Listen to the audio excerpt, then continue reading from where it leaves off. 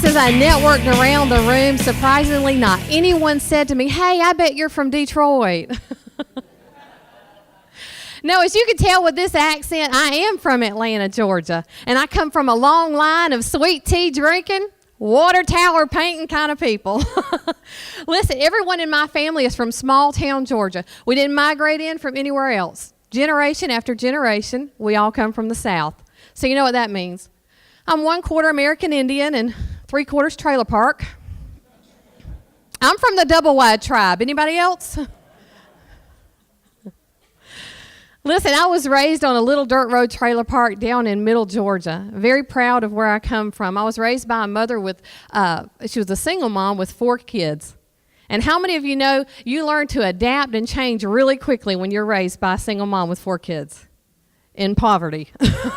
Really? Yes, you do. You get a real sense of humor. You learn how to adapt. You learn how to change. So I watched her journey, and it taught me many things like that. So what am I trying to say to you about that? Essentially, she raised a really fabulous redhead at 42 who's not afraid to wear a pair of Spanx under a bathing suit. Guys, you can take a minute to Google what Spanx are. I love it. She was awesome, and I appreciate everything that she brought to my life, and I'm able to share her journey and mine as they come together. Listen, as we go about today, I want to talk to you about a couple of different things. I want to talk to you about change. I want to talk to you about stress really quick. We only have a few minutes. I know that change is a big deal for you guys. I personally know that in your work day, that your day can go from 0 to 60 with what? 1 phone call, 1 email, and 1 meeting. And what causes that? Is it the paper and file folders and pens? No, that's not what causes that. I spent the better part of 15 years in a very traditional career. You heard about the things in entertainment that I've been able to do over the last few years, but before that, I shared a lot of similar jobs that are in this room. And I know the one thing that causes stress and change to happen in your everyday work life is what? People. People is what causes that. Every single time you poll a room, you can ask, what is your favorite thing about your job? You know what they're going to say? People. I just love people, Lisa. I'm a people person. That's why I do what I do. And you can poll that same group of people 4 days later and ask them, what's the most annoying part of your job? You know what they're going to say? People. You know, if it wasn't for people, I'd love this job. Right? And people ask me all the time, Lisa, I know that you know that communication, as a speaker, you got to know that communication is the most important relationship skill that we can have. I disagree. I don't think that it is. I don't think that communication is the most important relationship skill that will help you decrease the stress that you have and increase the happiness of working with people on your job. I believe that connecting is the most important relationship skill that you can have. Coming to the line of where people are, meeting them right there, leaning into what they're giving you, and exchanging value. That's connecting. Anyone can communicate. There's not a parent in here that hasn't been on the phone that you can't communicate without even using words, right? You're on the phone, your kids are cutting up, what do? Oh, you know who you are. Come on. I'm not the only one. So if you can point, you can communicate. But not everyone knows how to connect. And these people that we work with, we need to have that skill with them if we're going to be team players, right? Listen, 1 minute we love them, the next minute we can't stand them. Kind of sounds like marriage. Where are my married people at? Wow, y'all are real excited about that. Like, yeah, honey, I left them in the car. Listen, marriage, that's where we first learn that skill, is it not? That's where you first learn how to deal with someone who ain't going nowhere. They have nowhere to be. They're going to come home to you after work every day. And when you're young, you don't know that. I mean, he just kept coming back, y'all. Every day at 5:30, just kept showing up. I was like, wow, really? Can you get a hobby? So that's where at a very young age, I had to learn how to deal and work with other people, right? Consistently. And so I had to develop the skill of connecting. And listen, I promise you, I'm not picking on the young people here in the room. I know when you're young and you're first married, listen, you don't even know if morning breath is going to be a deal breaker at that age, right? That's why I slept with a pack of chewing gum under my pillow for the first 6 months I was married. I don't know why I say I slept. I didn't sleep. I slept the next day on my lunch hour because I didn't want him to know I snore. I just lay there every night, all posed up.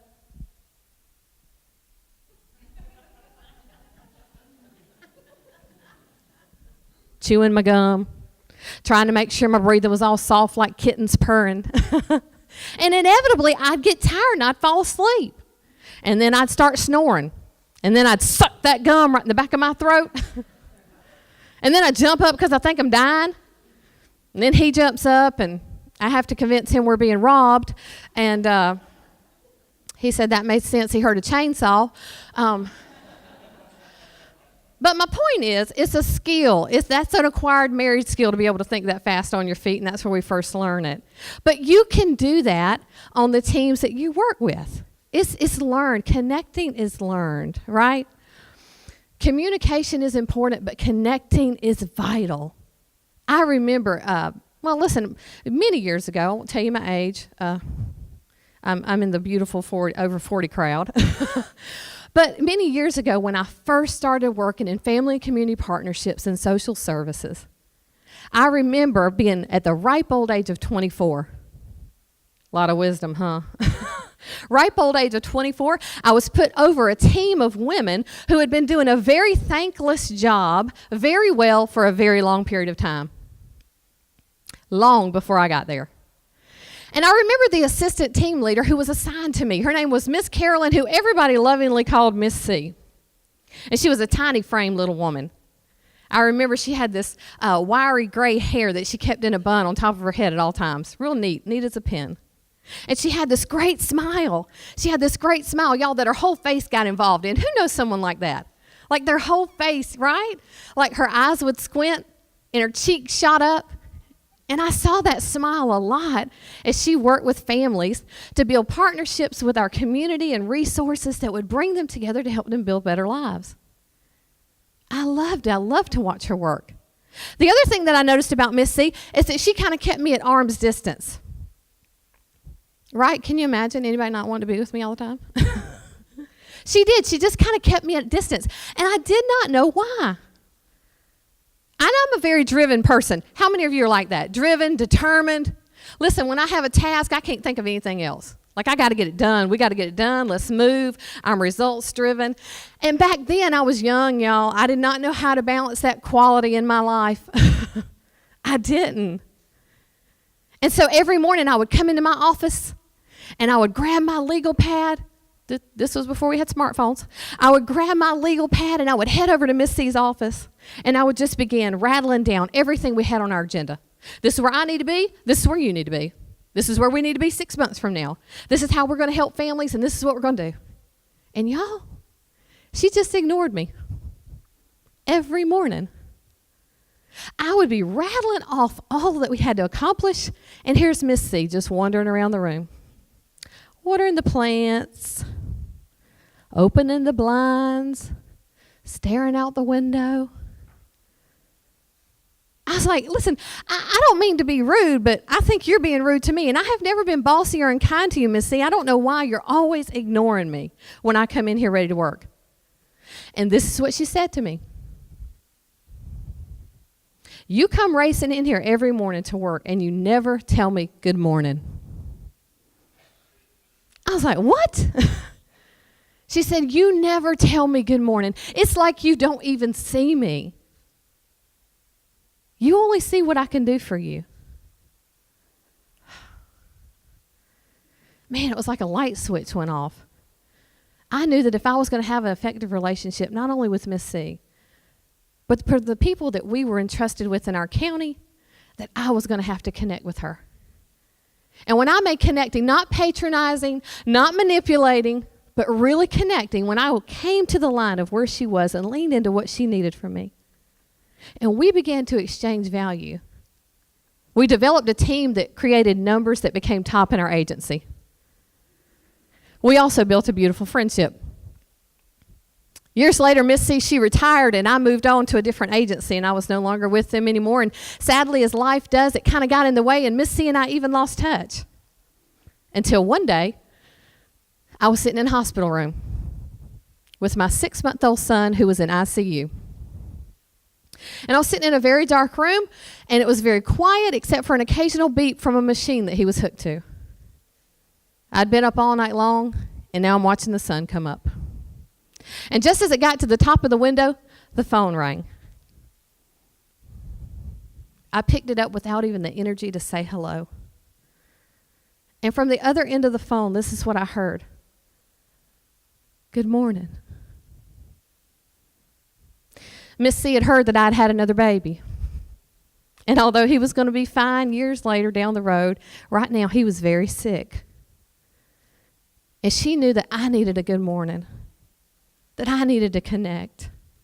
See, in one hand, I held a bunch of papers that had everything in it that you would need to know about what was going on with my child.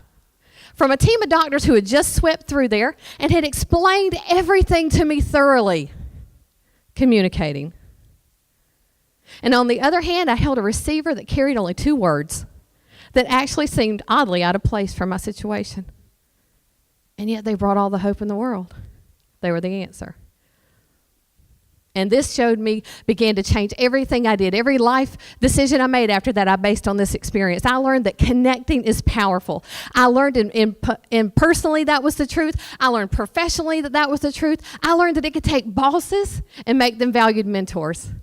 I learned that it could take our coworkers and make them amazing, eager partners, and our clients and customers, it could turn them into loyal friends. Listen, as I close, my hope being here with you today is that we've connected over a few laughs and stories, and that you know that you matter, and not for the job you do, not for your work, but for your worth.